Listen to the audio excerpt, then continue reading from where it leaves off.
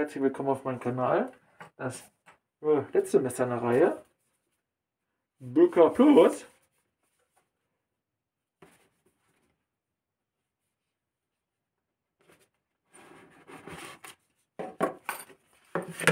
Wie ihr von Böker kennt, cooles Etui.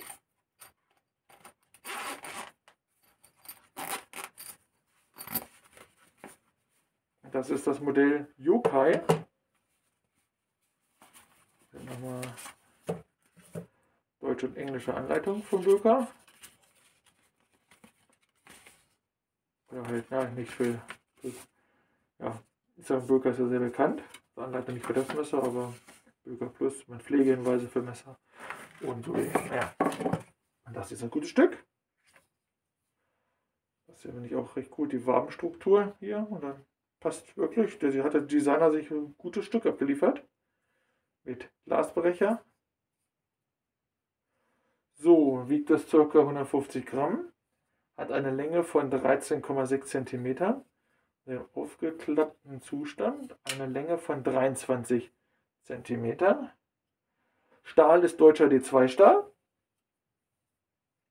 Eine Klingenlänge von 9,5 cm. Griff ist G10. Ja, und schönes Teil.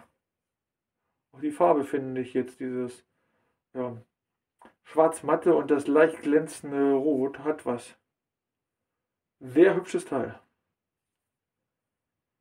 Die Klingenform ist auch interessant. Also mit den, ja, ich weiß nicht, wozu die Aussparungen sein sollen, aber irgendeine Funktion werden sie haben oder ja, was sich der Designer damit gedacht hat. Top-Teil und ja. Preislich liegen wir ca. bei 70 €, sofern es verfügbar ist und ja.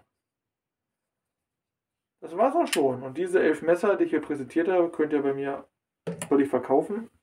Wenn einer Interesse hat, einfach in den Kommentaren was schreiben oder halt ja eine E-Mail schreiben. Ne? Bis dann, bye bye.